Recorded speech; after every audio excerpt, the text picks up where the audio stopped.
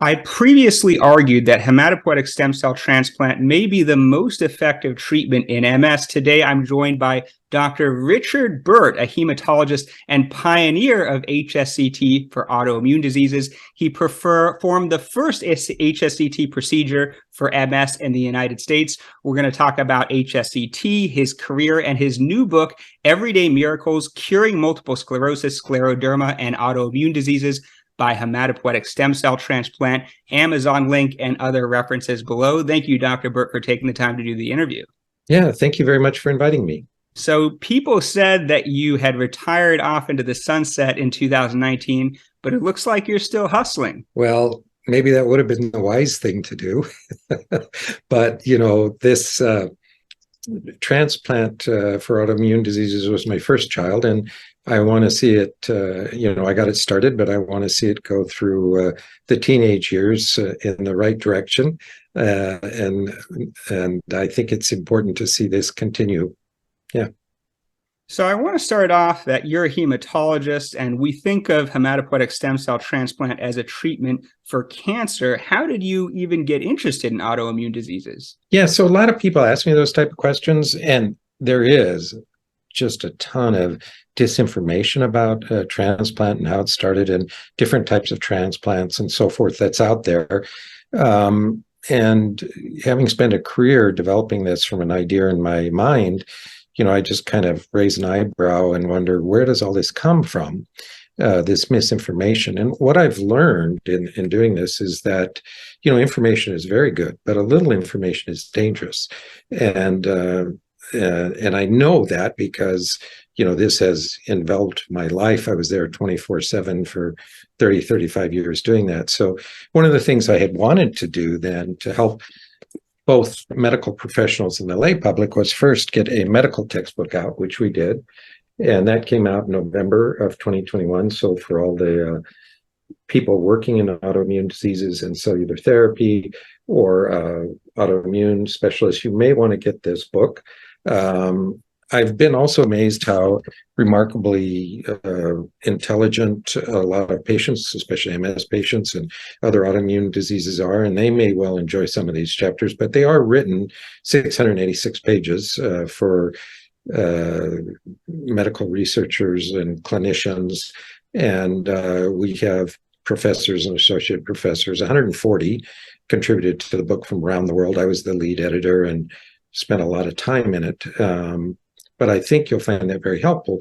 But despite all these type of publications, my medical publications and medical talks, which I continue to give, and I just came back from United Kingdom, where I gave a talk, just got back actually yesterday. So I'm still involved in doing that. But I thought it would be very important for lay people to become more aware of this, because again, there is just this misinformation out there.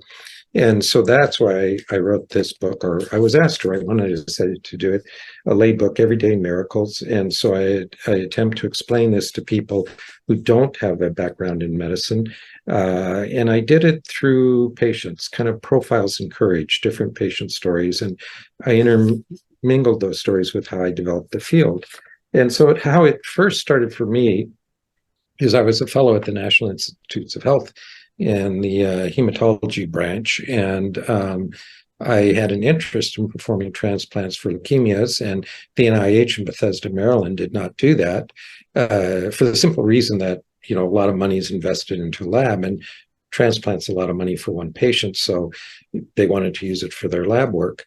So I asked my chief of the hematology branch there, Art Nienhuis, he was the editor of Blood, if I could spend some time at Johns Hopkins and Fred Hutchinson Cancer Center, and Johns Hopkins, of course, in Baltimore. Fred Hutchinson was in Seattle, learning transplants for leukemia, and he granted that request, and I did. I spent 3 months at Fred Hutchinson and then 3 months at Hopkins. And when I was at Hopkins, my outpatient attending was Professor Bill Burns, and they were re-immunizing patients with their childhood vaccines, patients who had gone through transplants for cancer. And the reason they were doing it is they'd lost their immune response to measles, mumps, rubella, tetanus, things that you'd been immunized to as a child. And of course, you had to wait a year or something before you could do it. So the immune system had recovered and it would respond to the antigen. But I said to him, you're re-immunizing patients for autoimmune disease. It's a busy clinic, and he didn't respond. So I said, that means they've lost their immune memory cells, which generally live with you throughout your life, or at least they'd become energic if they weren't gone. And he didn't say anything. Then I said, we could use this for an autoimmune disease. And he stopped and kind of looked up at me over his eyeglasses and said, yes, you're right, we could do this for multiple sclerosis. And so that's kind of how it started. And I went back to Art Nienhuis. I was a fellow then. And I asked him if I could do my research at Johns Hopkins in transplant for autoimmune diseases. And Dr. Nienhuis, he's a gene therapy expert. And he kind of looked at me and said, Richard, you want to get into somebody's lab here at the NIH and get on their papers and then go out and start your own lab with taking a tangent from that direction to develop things. That's how people normally develop a successful career.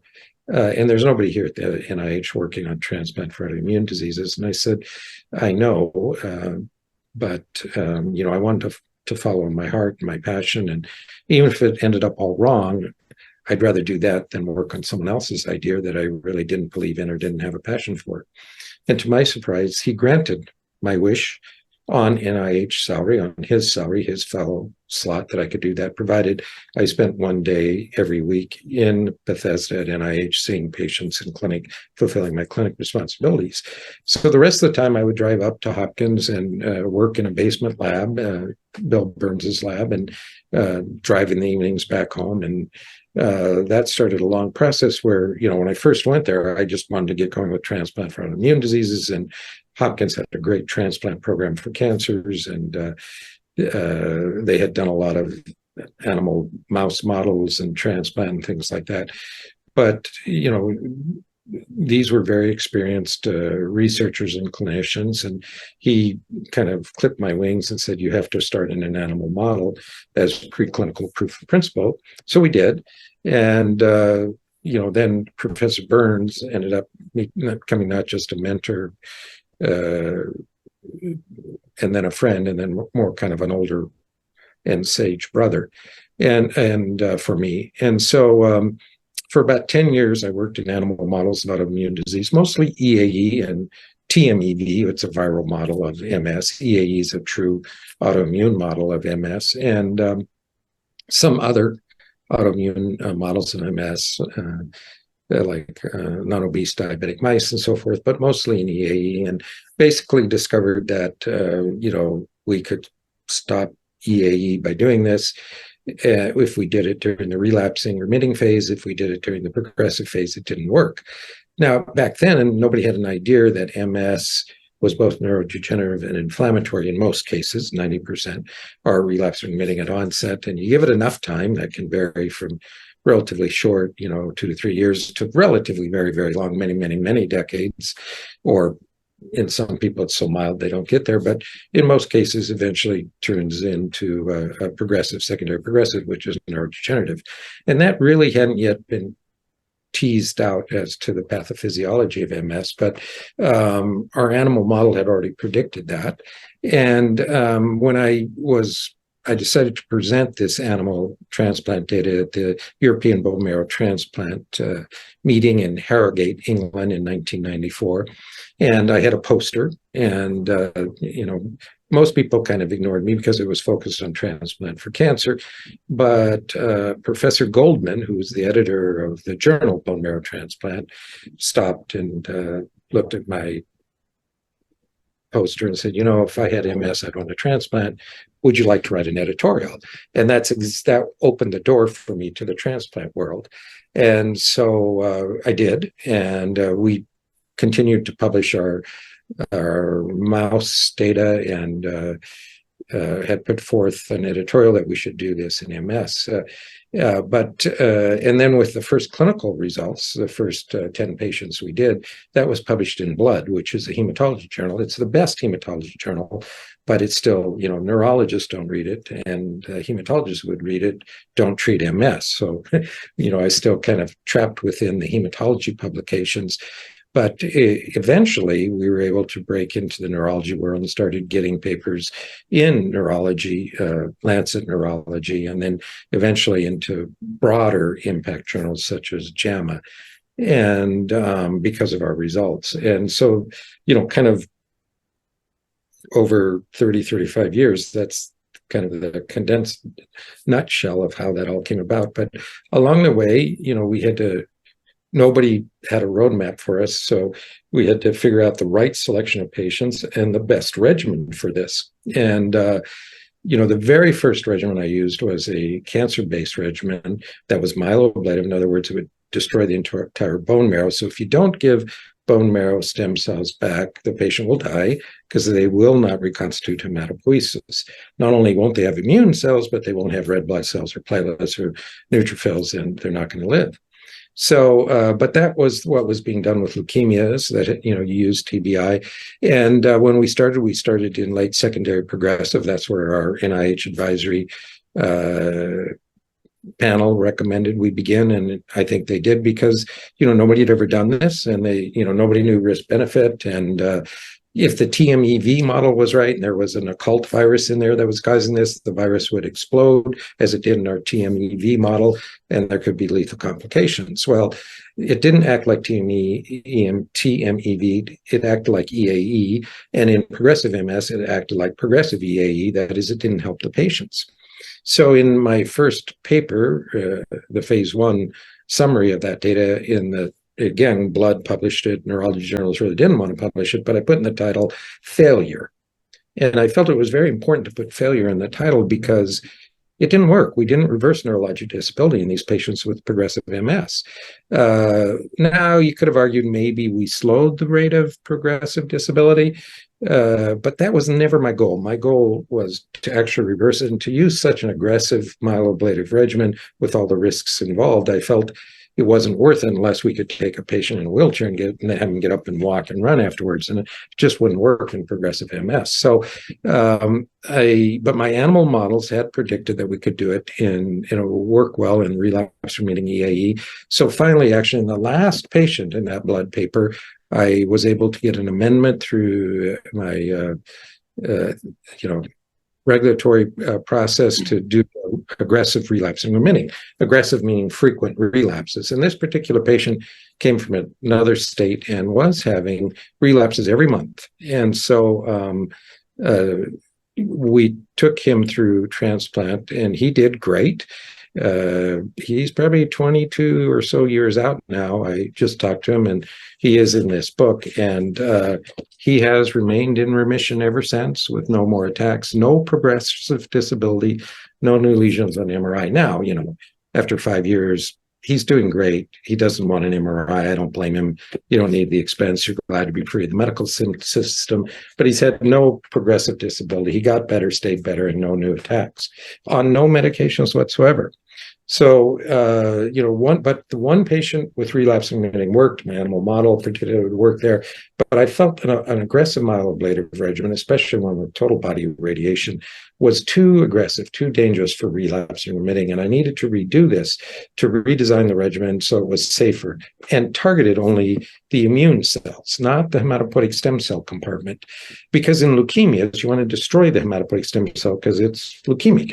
It causes a cancer. That's where the cancer usually resides.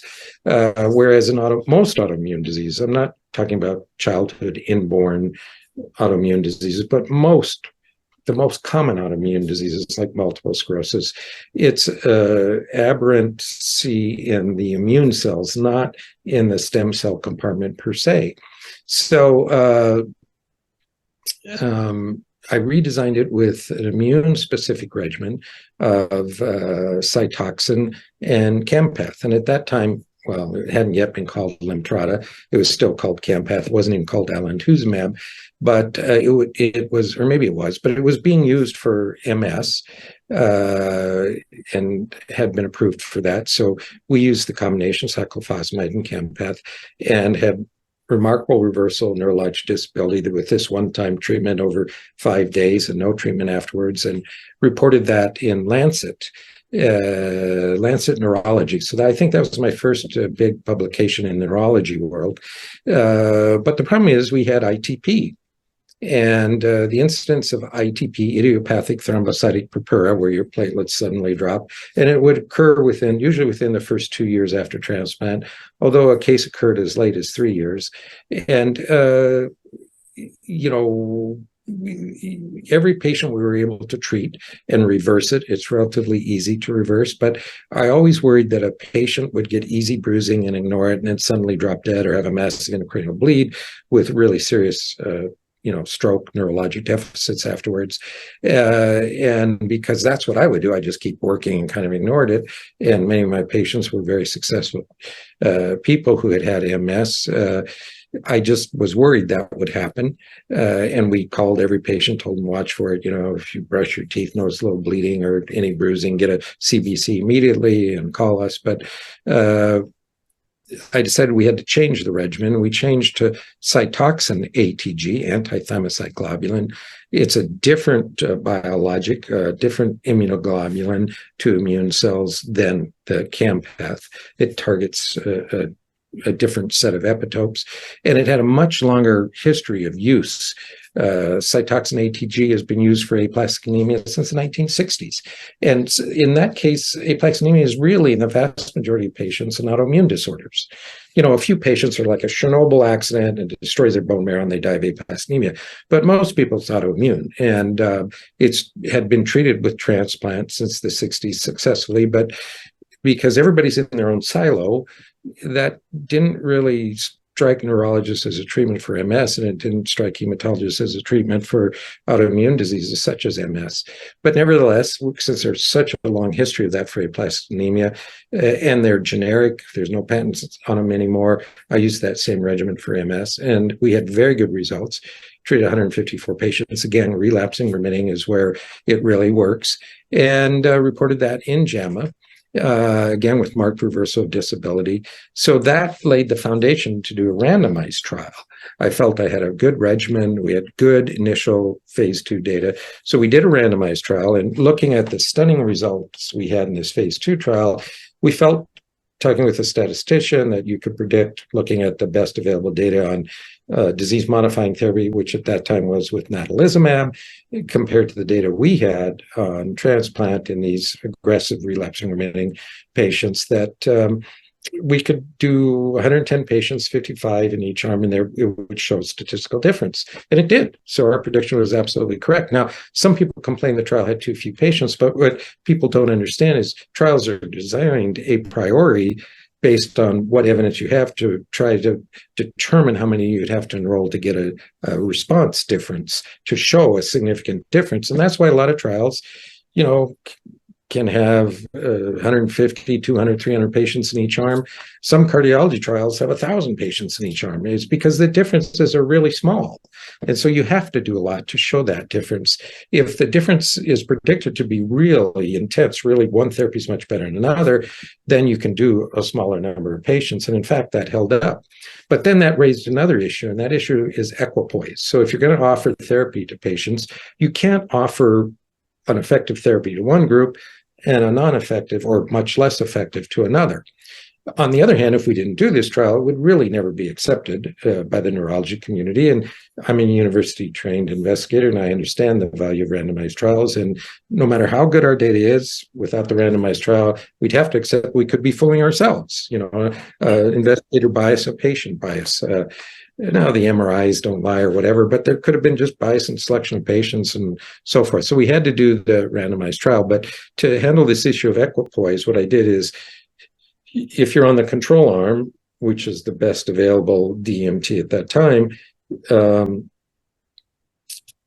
if you progressed in your EDSS, not just acute attacks, but progressed, and it was sustained for at least 6 months, you could cross over to transplant. So the soonest crossover would have been 18 months. And that was fortuitous because a lot of patients did progress and did cross over.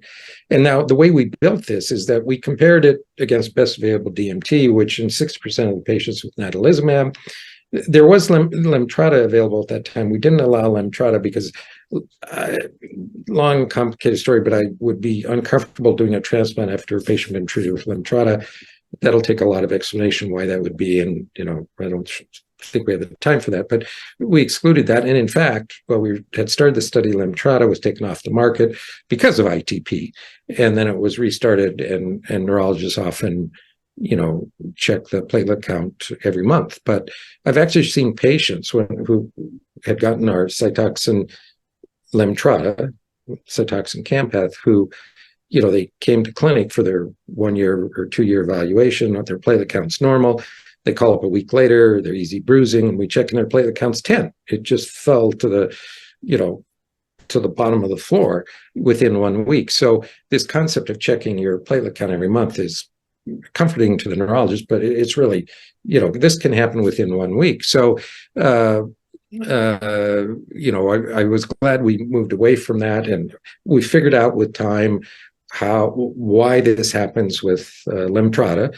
It's basically because with Lemtrada, it's a more pronounced recovery of immature B cells before there's any regulatory T cell or CD4 Treg recovery, and so you can get prone to these autoimmune, especially B cell mediated autoimmune diseases, because they're not being regulated by the T cells. So that's much less a problem with Cytoxin ATG. We still get ITP, but it's about 2%. And we still had phenomenally good results. And by allowing the crossover, it maintained equipoise and actually, helped the trial to be completed, because a lot of patients just didn't want continued failed drug therapy that they were getting. Now, to get on the trial, you had to have at least 2 acute attacks in the last year. But if you were on interferon or Copaxone, yeah, I think that was it, or any drug. But it turned out that, there were a few patients already on Tysabri, so we had to put them on another class of drug, which you would do anyway, because they were breaking through, having attacks. And so they might have been switched to Gilenya or something else. But there was a remarkable, highly statistically significant difference. The EDSS, or neurologic disability, improved. That is, the score decreased in the transplant arm, but it increased on the DMT arm. And pretty much everything we looked at, the Scribs NRS, the PACE-AT 2 and 3 second, the 25-foot walk, or ambulation time, all those things strongly favored transplant. SF-36, quality of life, strongly favored transplant.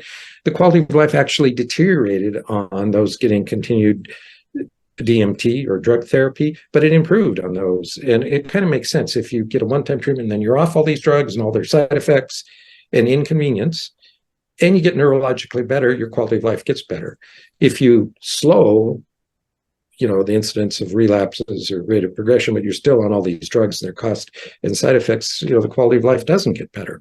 So, the results were really fairly stunning. And then along the way, I published the results of everybody that we'd done, 507 or 511 patients that we just published in Journal of Neurology, both on and off studies. So we have everything out there on all these patients.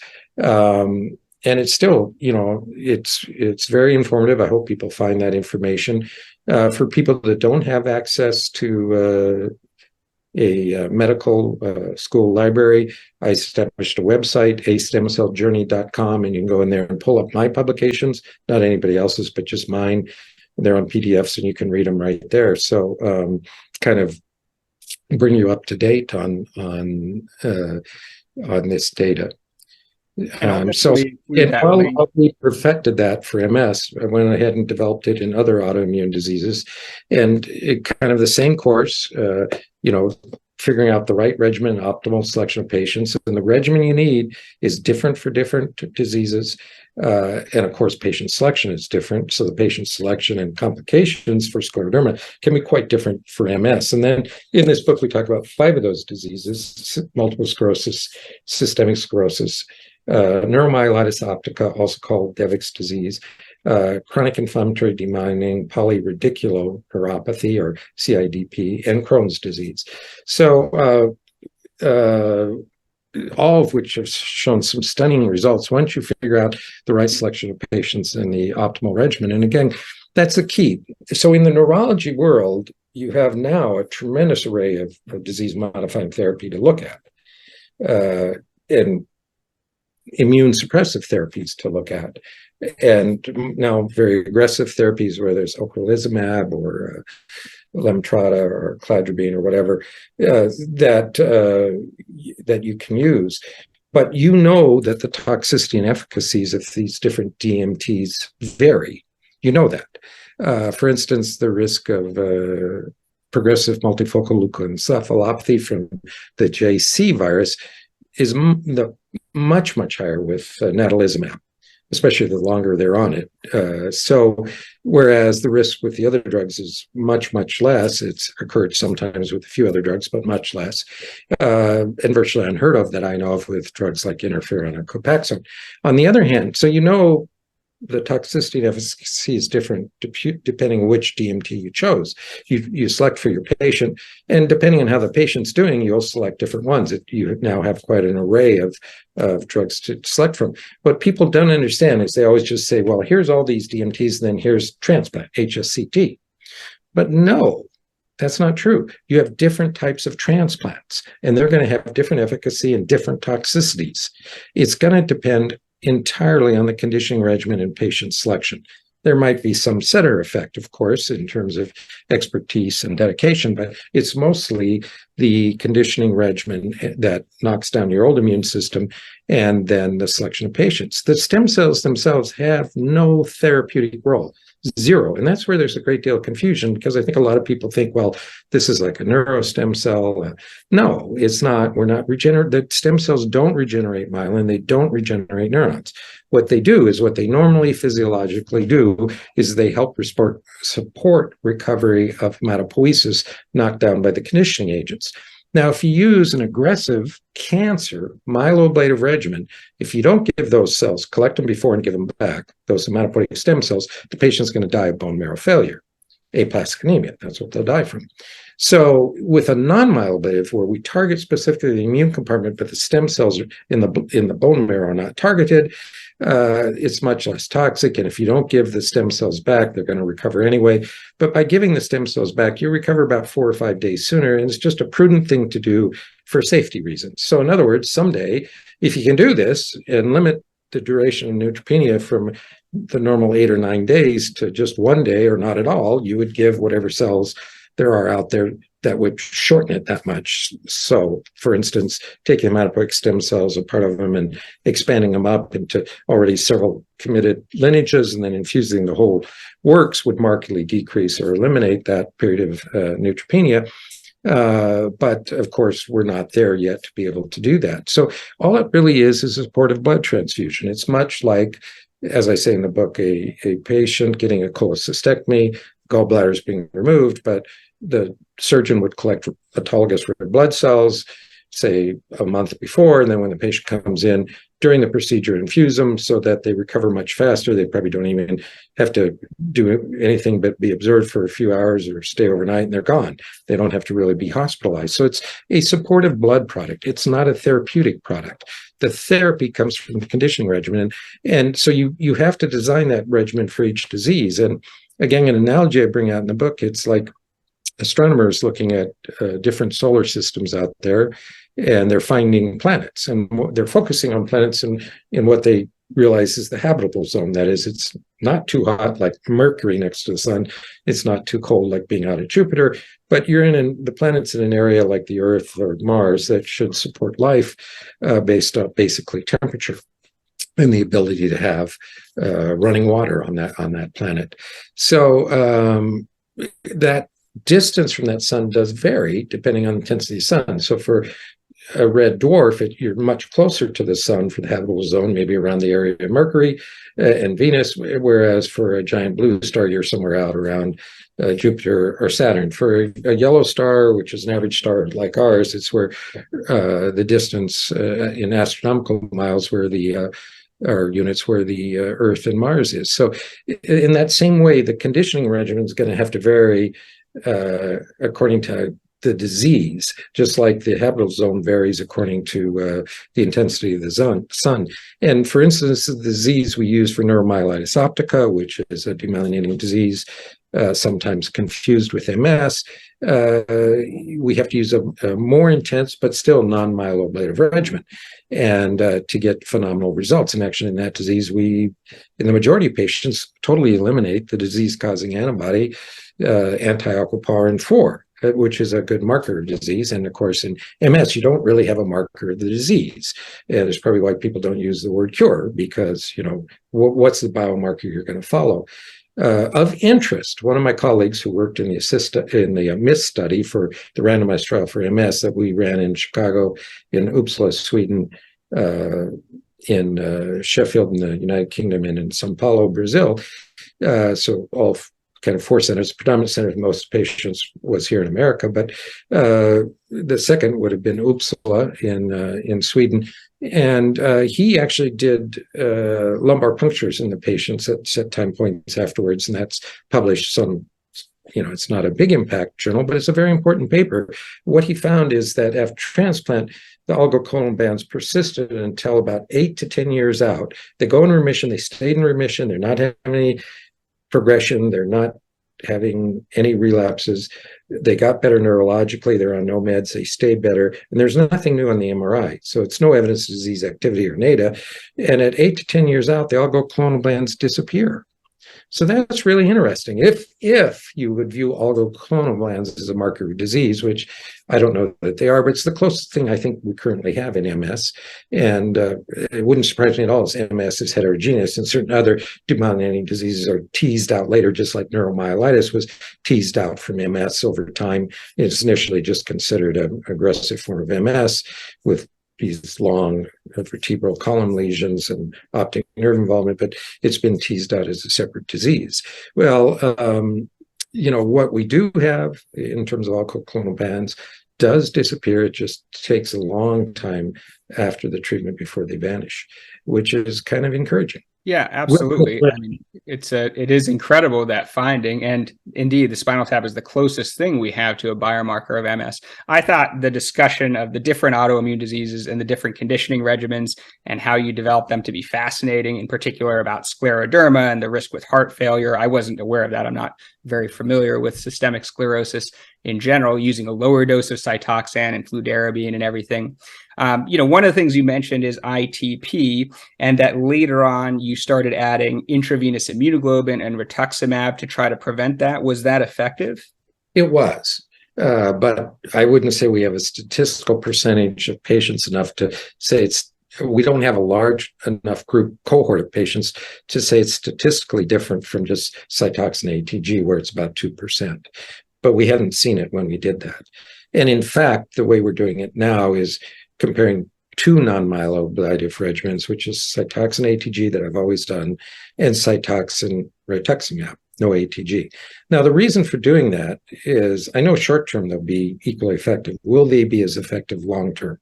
I don't know. That's why we're doing it.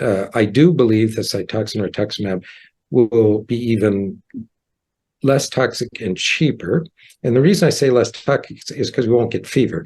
We get fever mostly from ATG in these patients. It's not an infection. You always have to broaden infection coverage, draw all these cultures, get chest X-ray, urine cultures, all these things. But it's really the ATG, and you break it with steroids. And that's pretty unique to MS. You don't get that in other diseases. I think it's because of the lysis of the lymphocytes, and that there's gaps in the blood-brain barrier, and these cytokines cross the blood-brain barrier, get in the hypothalamus, and you get fever that way. And so you have to break that with steroids, but you're chasing fevers and workup and you're covering it. And that really means they have to be in the hospital. Plus, you take an MS patient, give them fever, and they have a pseudo flare. They can lay there and not be able to move. And then you're worried something bad going on with the MS. No, it's the fever. But that keeps them in the hospital for this procedure. If we can do it with really minimal risk of any fever, which I think the Cytoxan rituximab regimen wouldn't give us, then we could do this as an outpatient, make it even much cheaper. And basically, hospitals are dangerous places. So, as a matter of fact, as I mentioned in my paper we published in Journal of Neurology, as well as in the book, of the 507 patients, the only infectious deaths with Legionella in the water supply in the hospital. So these things happen in hospitals. If you can do it as an outpatient with little risk of regimen-induced fever, it would make it cheaper and possibly just a lot less. It would make it less expensive. So I want to compare those two regimens to each other, trying to improve it, make it even less risky, cheaper, and so down the road it can be done as an outpatient with less expense. And that takes us back to the expense. Now, the expense of a non-myeloablative regimen like I use, Cytoxan ATG, we actually wrote a paper and we published it. It's about $100,000. Those are the charges, which are different than costs, and I know those differences, and I think I mentioned it in the paper.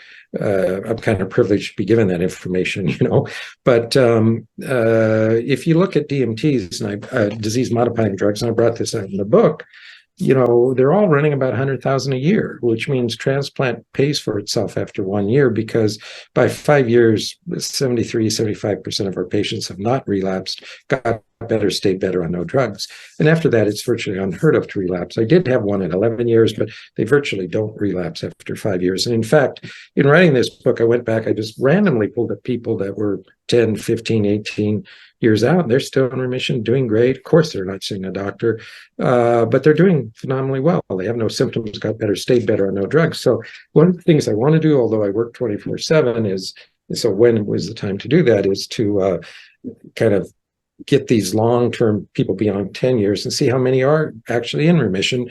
It's so encouraging to just randomly pick people, and here they're all still in remission. But of course, that's not scientific. We'd have to do it.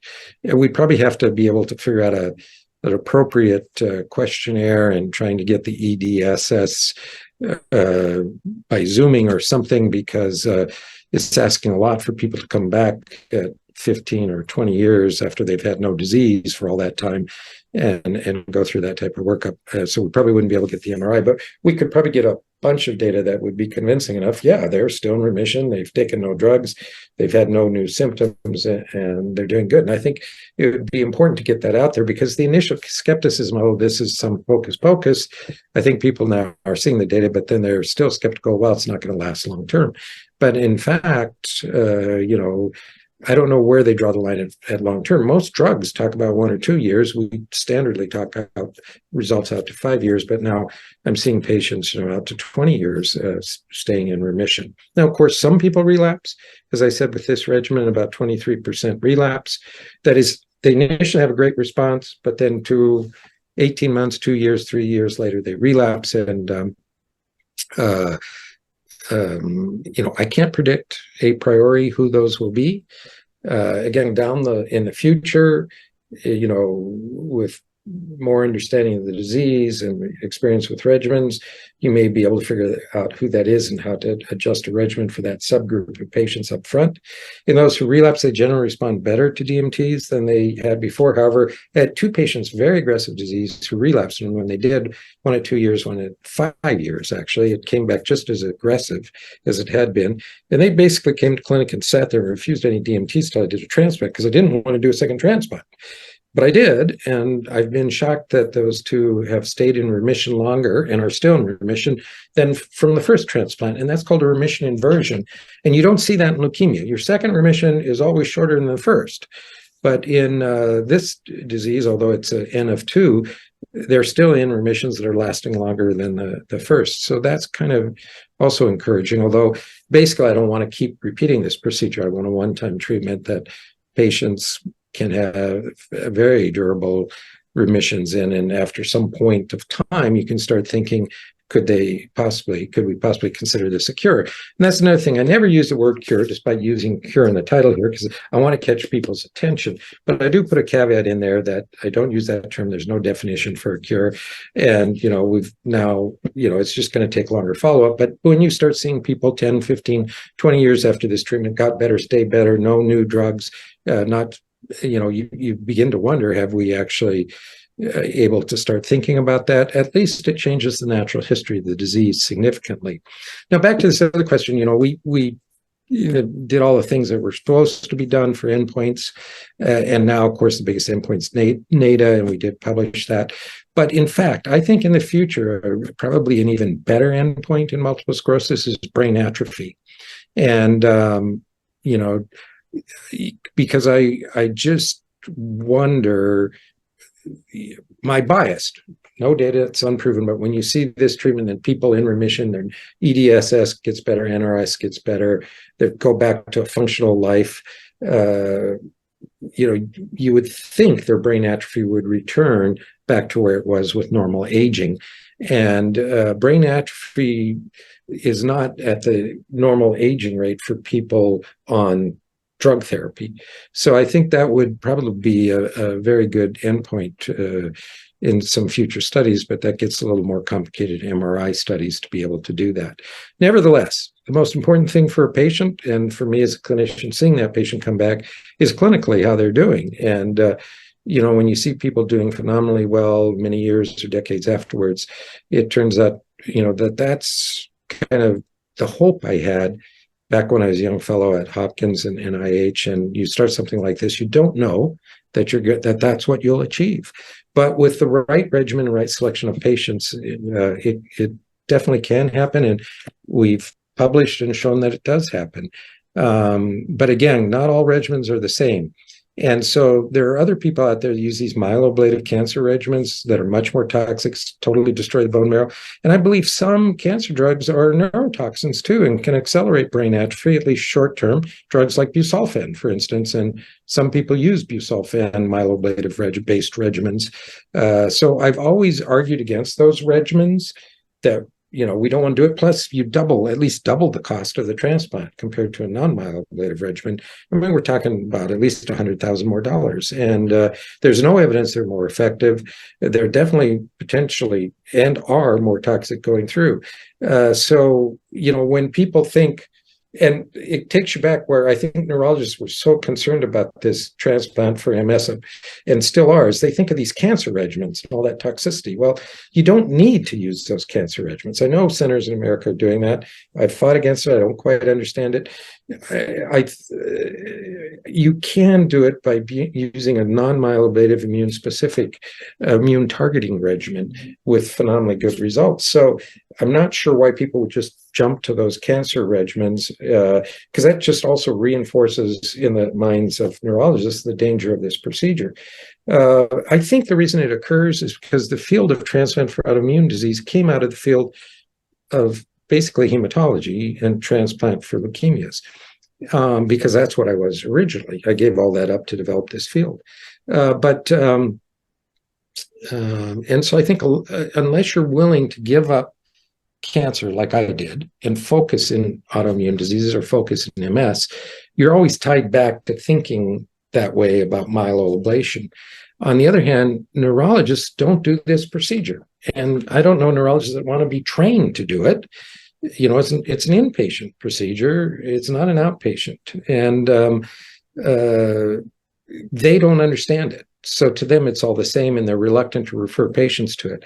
So I think it's, that's one of the reasons why there's been a lot of confusion that has developed in this field and has hindered its development, as well as several others that I mentioned in the back of the book. For instance, it doesn't have to do with malevolence by anybody.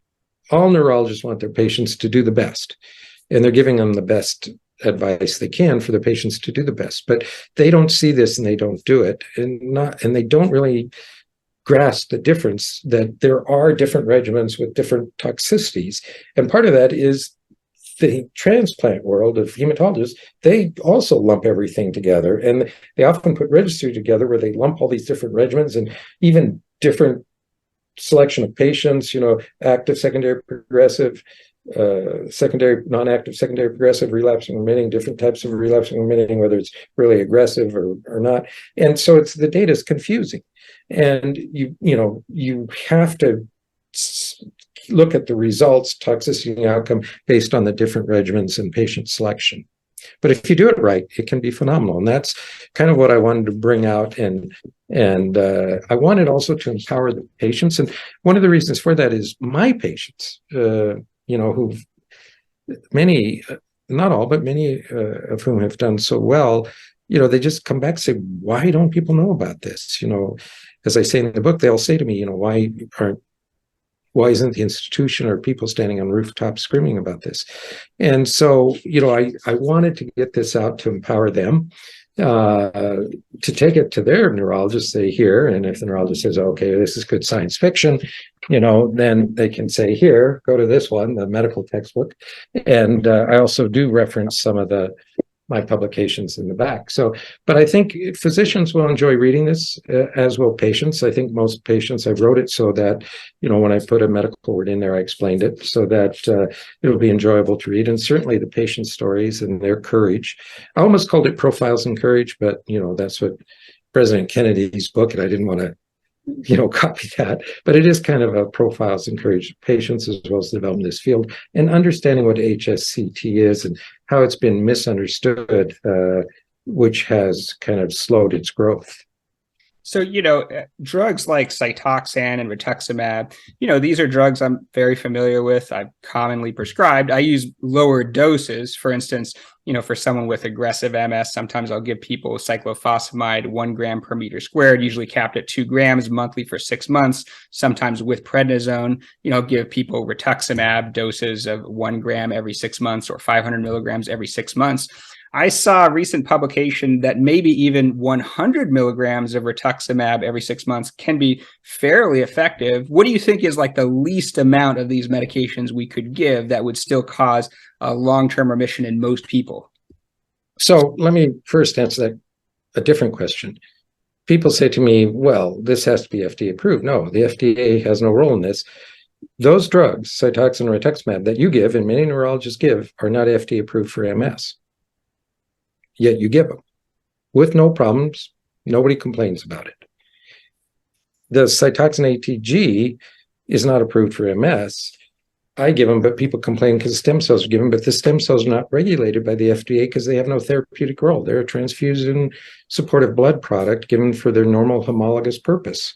That is reconstitution of the immune system and hematopoiesis. And so that's another big confusion people have out there, because right now people who are saying that could turn around and say, well, you need to go to the FDA to do that. No, if you had to do that, patients would be dying all over the place, because you, as a doctor, the reason you can do that is your medical license gives you the right to do that, as long as you're not using doses that are outside of already published doses, or seeking an indication that is a license for it. So doctors do this all the time, and they report this helps patients. Once a drug's approved, they use it for other indications, and they publish it, and it gives them valuable tools to treat patients. So that's a big confusion. But now back to your other question, what's the optimal dose? Well, it turns out, I use 200 of Cytoxan plus ATG. I would not decrease 200 mg per kg, right? Divided over 4 days. Right. So it's a very high dose compared to what I use in a short period of time. Yes. But that's the dose that has been used in aplastic since the 1960s. So there's a lot of experience with it. A lot of known safety in that disease for a long period of time. But what Hopkins did, and I don't know that they ever published it, maybe they did, but I could never find it. I did find this article, yes. But what they did is they used high dose Cytoxan alone, 200 milligrams, without stem cells and no ATG. And they stopped doing it because initially they got great results, and then everybody relapsed. So they stopped doing it. So I knew that when I was looking for a new regimen and designing it. So I knew 200 Cytoxan by itself was not enough. And I knew for the autoimmune disease aplastemia, 200 of Cytoxin ATG worked well. I chose that. Unfortunately, it did work very well. Now, can that be finessed even better? Certainly, there's always room for improvement. That's why I'm comparing the Rituxan, Cytoxin at 200. Both are 200. The only difference is one uses ATG, the other just uses a dose of, 2 doses of 500 of rituximab. So, but if you go less than that, and there's data out of Europe where they did 120 cyclophosphamide and ATG, and they were all relapsing early. So you don't want to go under that for transplant to get these kind of results. And you need to definitely have a biologic like ATG or rituximab. That will be the comparative, the two studies we're comparing. So just asking hypothetically, I'm a neurologist, not a hematologist, no experience with hematopoietic stem cell transplant. I mean, I've certainly seen patients with multiple sclerosis who have had it, or patients who incidentally had a different type of HSCT.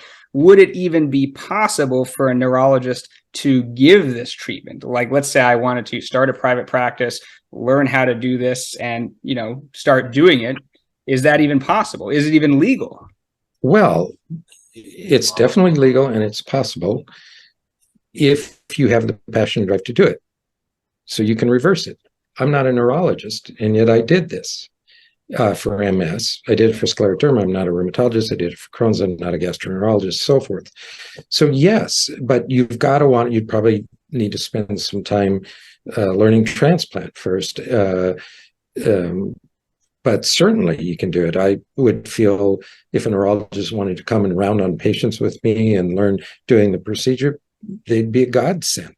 Absolutely. The reason I publish these papers and give these talks is for other places to do it. And, that's the important, everybody talks about translational research, but why most people don't do it is, when you cross traditional fiefdoms, these arbitrary borders, it's hard to do, and it can ruffle feathers, but you can get great advances by doing that. So, absolutely, I think that is great if neurologists,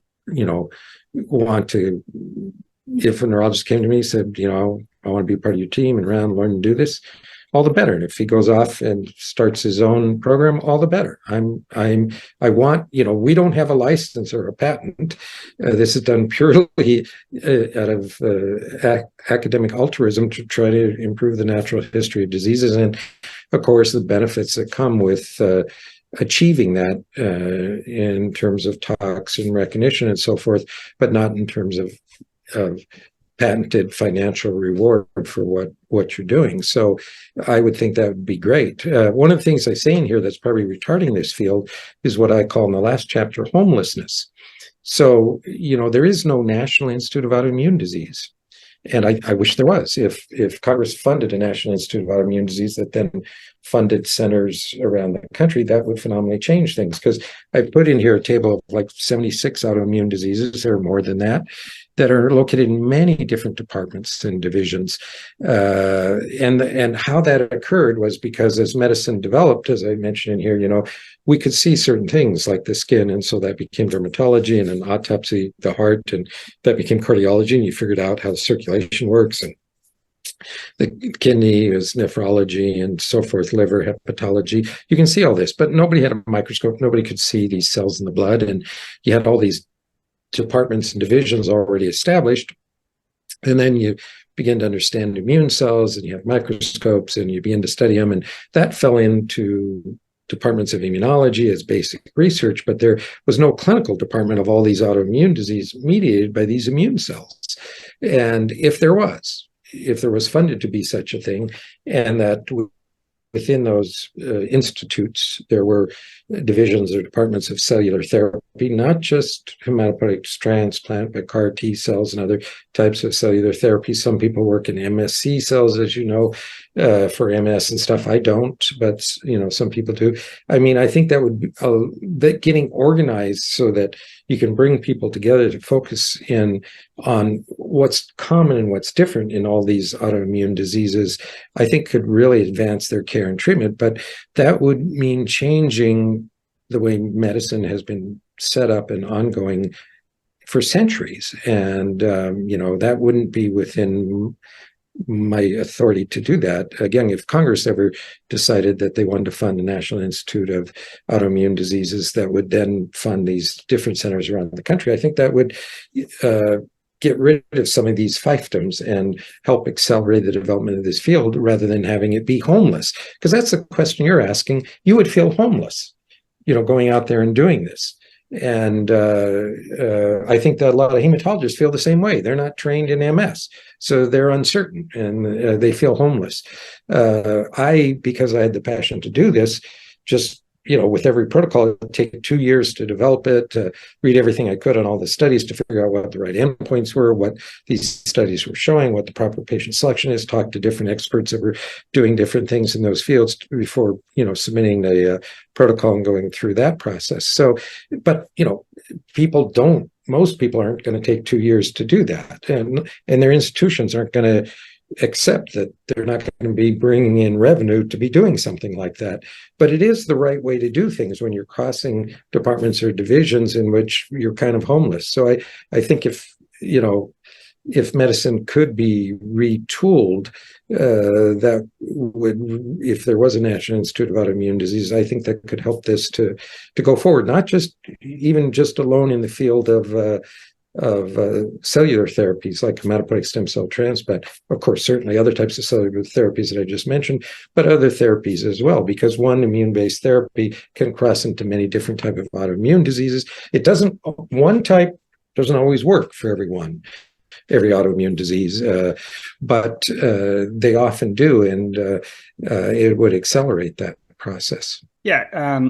One thing, if you don't mind, I just want to kind of backtrack. You talk about who might be a good candidate for HSCT with MS. And, certainly someone with aggressive relapsing MS could be a good candidate. Maybe someone with progressive MS who has a lot of longstanding disability, no active lesions, may not be a good candidate. But what about people with kind of milder multiple sclerosis? You might be surprised that, some of the patients I see, their MS is very stable. For instance, I have one patient who had optic neuritis at age 30, didn't have her next symptom of MS until age 67. She had never been even diagnosed with MS, never received any disease-modifying therapy. And, there are a lot of people who may get a new diagnosis of MS, may have low disability, be stable, doing well, off medication or on standard disease-modifying therapies. Do you think they would be a good candidate for HSCT, or would you say it's not worth the risk?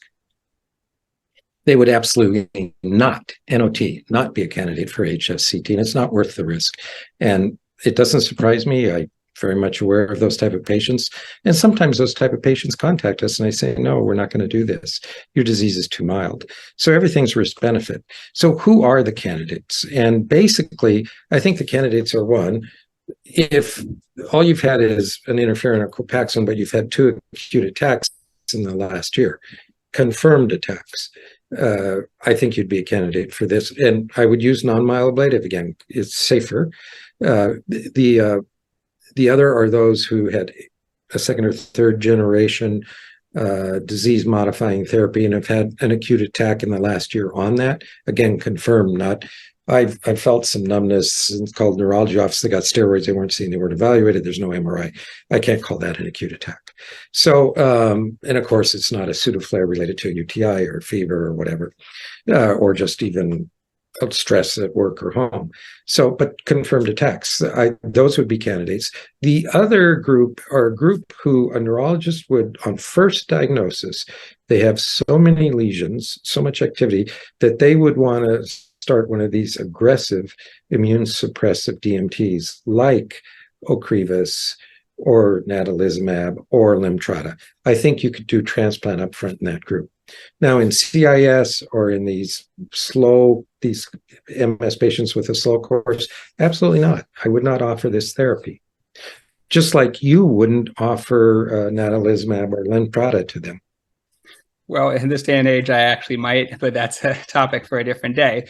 But just to kind of push back at you, I saw a patient last week, and his history is that he had an event of right-sided weakness and numbness when he was 19 years old. And then maybe many years later, he had another episode of numbness.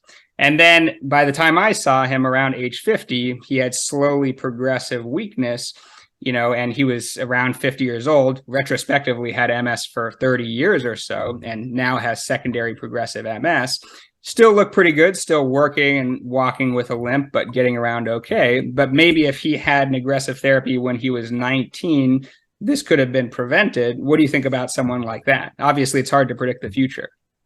Well, yeah, I mean, I think there are plenty of patients out there that come to us who have been undertreated, and that's how they ended up in this situation. Now, once they're, you're talking about a theoretical situation in the past that I really can't answer without having all the information in front of me. If he truly had one attack and then he goes 10 years and there's no new evidence in MRI, no new attacks, no progression, no, I wouldn't offer it to him. If he's accumulated new lesions in MRI, whether he's complaining of attacks or progression or not, yes, I would then be thinking that we could offer this to him. Again, you'd have to look at each patient individually, but I gave you the basic criteria where I think these patients should be offered treatments. But once they beat the other group I would offer it to is active secondary progressive. Now, I don't really want to offer it to them because you're not going to see these stunning results, but instead of a 1 to 1.5 improvement in EDSS, you'll get a 0.5 improvement that seems sustained. So that's still something, and I would still offer it to them. That is, they still have active enhancing lesions in the MRI over the last year, even though they've entered secondary progressive MS. Once you enter non-active secondary progressive MS, I would not use this therapy because I don't think it'll work. It's not going to help them. I think at that point, you really need to look at some true neuroregenerative therapies. So that transitions into the next topic. I mean, right now, there's not necessarily like a proven neuroregenerative therapy, but I know you're working on this. What do you have so far? Do you think that's a future possibility for people even who have more long-standing fixed disability that they could get better? Yes. And in fact, I am working on that with iPS cells. I've worked, when I was transplanting leukemias, I was working in animal models of autoimmune disease with hematopoietic stem cell transplant. I worked in that for 10 years for starting clinical trials for transplant of patients with autoimmune diseases such as MS. And while I was taking care of patients with autoimmune disease transplant, I was working in animal models using embryonic stem cells or iPS, induced pluripotent stem cells, in which we would take an adult cell, such as a fibroblast, and genetically modify it or re-engineer it back to an embryonic state, and then set up a embryonic iPS cell line. And then we basically slightly modified that so that it was a universal nurse stem cell and could repair any organ in the body independent of immunologic differences.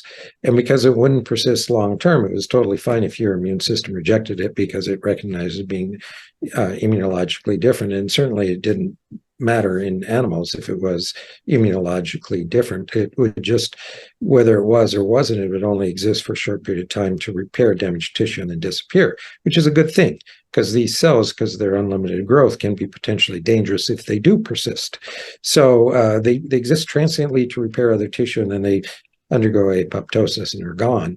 And we have 7 patents on that. All those patents have been approved, and we are working to develop that to bring that to the patient's bedside. And probably I actually just talked to this. You're in California. I talked to the California Institute of Regenerative Medicine about this 2 weeks ago. I'll be following up with them. I think California is a good place to do this because of the, potential funding from the taxpayers with California Institute of Regenerative Medicine. But, we've done these iPS work in mouse models and in rhesus macaque monkeys, and it's always worked, whatever organ system we looked at, whether it was neurologic or cardiac or wound or peripheral vascular disease or even just aging, that we're quite capable of reversing aging in animals. So I'm not talking about immortality. I'm just talking about, lengthening it. So, one of the things I want to do is to get this to the bedside. It's a whole different set of problems and opportunities compared to what I had been doing. Now, you don't have to be hospitalized. There's no chemotherapy. You just inject the cells. And probably where we would start is in non-healing ulcers, such as the scleroderma patients that have these digital ulcers that don't heal. And we just inject them here at the base of the finger and around the ulcer, and then just use photography to follow, see what happens compared to the control, which is media only. So that would be fairly simple outpatient procedure, a simple thing to follow. You can get a more elaborate studies of blood flow and stuff, but just even the camera is very simple if the ulcer heals up. And the other would be a neurodegenerative, a simple phase 1 neurodegenerative. That's a little bit more involved in the treatment because you'd have to inject probably intrathecally, and whenever you inject anything in to the CSF fluid, there's always increased risk. You always have to be careful what you inject. Nevertheless, a lot of people have injected a lot of cells, including MSCs and different things, into patients without any thecally into the CSF without any adverse events. So that would be for neuroregeneration, the other phase 1 that I'd like to get those 2 studies going. We have some hurdles, obstacles. Obviously, we need regular GMP production rules and facility and so forth. But absolutely, I'm excited, and I've been working on that in animal models for a considerable period of time. But I think we're ready to come out from the closet, start talking about it, and start trying to make it go forward. I actually have termed and put in my patents the word transbiosis, which means transfer of life. Biosis is Greek for life. It's where we get the word biology. Biology is the study of life. So transbiosis, transfer of life. It's kind of an analogy to parabiosis, which is a known term out there, but nobody's come up with transbiosis in our patents. And actually, when I spoke at Serum, they said, you need to get this in a science or medical paper with your name attached to the term. And so one of the things I want to do, initially when you go for patents, you don't publish in science papers or medical papers because then you can't get the patent. But now that that's out, I mean, I'm moving on. I have so much to do. I wasn't going to go back. I just want to go to the clinical studies, but I think they're right. I need to now get this data into the medical or science literature with that term that we've generated for what this is. Yeah, we definitely will keep our eyes on those projects. That's something the MS community is definitely very interested.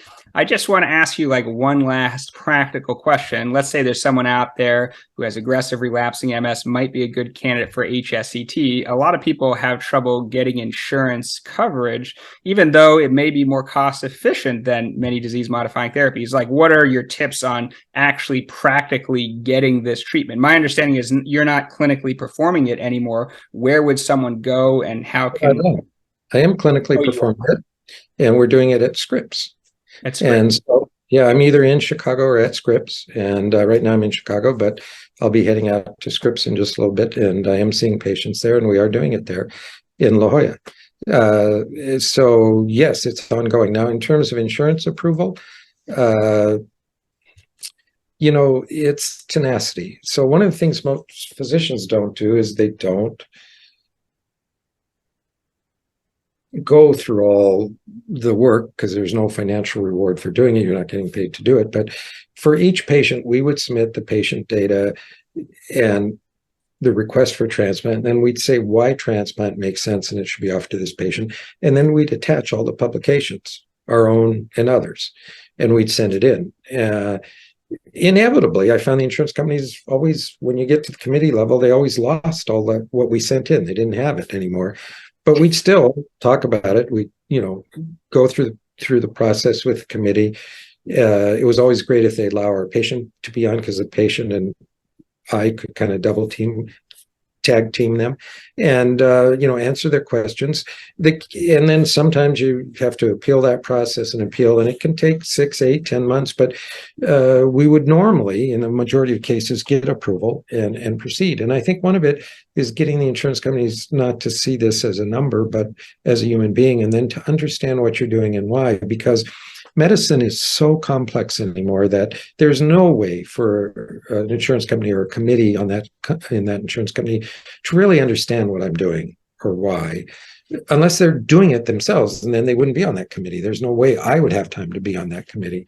So, we kind of have to take the time to explain that and work with them. Now, they generally set up policies, and you have to kind of say, those policies don't foresee this. So you have to just be persistent, and most of the time we will succeed. But one of the reasons why I did this medical textbook that came out in November of 2021, this lay book, and a website I set up, which is called astemcelljourney.com, and all my publications are in there, as well as a lot of other stuff, is to help not just physicians and patients, but the insurance company, and to say to them during this process, look, okay, somehow all the publications we sent you ended up in some black hole. You didn't get them. Your computer's in front of you. Go to our website. Here's all the publications. Pull them up. We can talk about them right now. Randomized trials, whatever you want. We can show this across different autoimmune diseases, why this makes sense. Here's our publication of cost analysis, why it's a cost savings if you're willing to at least annualize it over a year. Now, the problem is insurance companies, whenever I bring up cost analysis, they'd all not want to hear it, every one of them. And I think that's because they're afraid they'd be accused of then giving the cheapest therapy to someone. So at their level, they don't look at that. But obviously somewhere the insurance company has to look at it, because all insurance is a group of people that are putting money into a common pot to pay for someone who gets sick in that group, whether it's an insurance company or if it's the government doing it, it's the same thing. It's tax money going in there to pay for someone who's sick. Whether it's the government or insurance company, nobody has unlimited money. Nobody does. And so it does make sense that, that one of the things I recommend in here, and say one of the problems with this field that I bring out why this isn't taking off, I call it financial toxicity, because we as physicians are not trained to think about cost effectiveness. Now, I'm not saying, I don't want that to be misunderstood or taken where someone would say, well, we give the cheapest therapy. No. What you want to know is, for the cost of this therapy, what's the benefit for the patient and duration? That's cost effectiveness and quality of life. And so I think, hopefully, if we could, after a phase 3 randomized study shows effectiveness, I think it would be wise if it was encouraged that people did then a cost-effective analysis comparing the different therapies out there to this one, to help get people to understand. Because if a patient or society or insurance company can't afford something, if there's financial strain, then there's medical and psychological strain on the patient as well. So, as physicians, we should be trained in the cost effectiveness of things to understand that. And by focusing on our patients' finances, we're also then helping to focus on their medical and psychological health. So I think we've learned to focus on medical and psychological, but not financial. And you can't have medical and psychological health without financial security. And that we've been missing, and in our education and in what we're doing. And there's more and more of a push for physicians just to be an employee of an organization. And then unfortunately what happens is, at the end of the year, they award you because you've brought in more money, more RVUs than expected. And so there's an encouragement to keep billing and bill excessive amounts. And the problem is we don't see that the patient and society is paying that and suffering, and that there might be more cost-effective, yet financially, they're more equally or more effective, but financially cheaper ways of doing something, because that's not in our training. And major publications, whether it's New England Journal of Medicine or JAMA or Lancet, they don't even talk about it. They often publish without quality of life. That's starting to change, but they always publish without cost effectiveness. And I think that's, again, one of the problems. Nobody means anything bad for any patient. Everybody wants the best for their patients, but there are systemic processes that are developed in our system that need to be addressed and looked at and fine-tuned, because at the end of the day, why we're doing it is for the patient sitting in front of us. And if we're not doing the best for that patient in front of us, then the overall system isn't doing its best. Yeah, sometimes I'll never understand insurance companies. One of my colleagues was saying, they'll have a patient and they want to prescribe them a B-cell depleter. And for one patient in one insurance company, they say, you can't prescribe Ocrevus, it has to be rituximab. But with a different insurance company, they may say the exact opposite. You can't prescribe rituximab, it has to be Ocrevus, the more expensive medication. It's just bizarre. But anyway, I totally agree with you. And if there were cost-effective analysis out there, or if someone in our climate, the way it's set up, because there's no reward to doing it, nobody will do a randomized study between rituximab and ocrelizumab, I would think I've used both. I understand that, they're both directed against CD20 on B cells. I think they are subtly different, but the main function is the same. I would think they would be equally effective, at least in suppressing new active inflammation, and one would be much cheaper. And so, but nobody ever does that study. And if that was out there and that data was there, and if we were trained in cost effectiveness, I think, that would solve a large part of like this arbitrariness that's going on in terms of who gets what decided by people other than the patient's physician, but also then the patient's physicians aren't trained and aren't given the data and aren't encouraged to do the studies to get the data on cost effectiveness. Well, that study, rituximab versus Ocrevus, will definitely never be done. Yes, in this environment, it won't be. You're right. Yeah, but I've taken up a lot of your time. Any final thoughts about HSCT or any other messages for the MS community? No, I'm just glad that it's breaking through. There was a wall there. It's breaking through. I do think it has definitely changed the natural history of the disease, but it depends on the regimen and it depends on patient selection.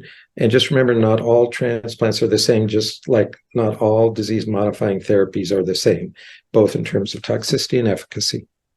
Well, thanks again for taking the time, Dr. Burt. Again, everyone check out his book, Everyday Miracles Curing Multiple Sclerosis, Scleroderma, and Autoimmune Diseases by Hematopoietic Stem Cell Transplant. And I'll include some references, my stem cell journey and the MIST trial and some other things we talked about. Have a good day. Thank you so much. Bye.